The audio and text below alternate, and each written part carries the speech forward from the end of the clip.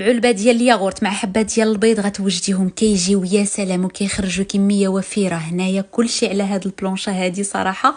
انا هنايا طيب 22 حبه غير في 5 ديال الدقائق. البلونشه خديتها من عند عصام شوبينغ، غنخلي لكم الصفحه ديالو اسفل الفيديو، داير بزاف ديال لي برومو هاد الايامات.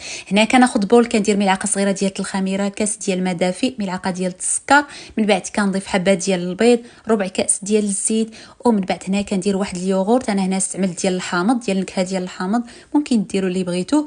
كنخلط كلشي مزيان. عاد هنا كنضيف كاس ديال الدقيق مع كاس ديال الفينو. ديما كتقولوا لي شنو هو الفينو؟ الفينو هو سميده رقيقه جدا. صافي هنا كندير واحد الكيس ديال الخميره كيماويه مع الملحه، كنخلط كلشي، كنخلي لاباط ترتاح 15 حتى ل 20 دقيقه، كنغطي عليها. ومن بعد هنا كيف ما كتشوفوا معايا القوام ديالها كيجي هكايا، كندي غازي لاباط ومن بعد كندوز نطيبها.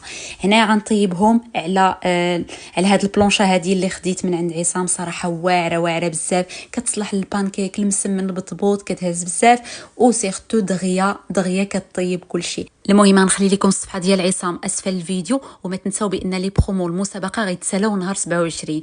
دخلوا عنده ديروا دويره تمايا، عنده بزاف ديال الحوايج صراحه زوينين.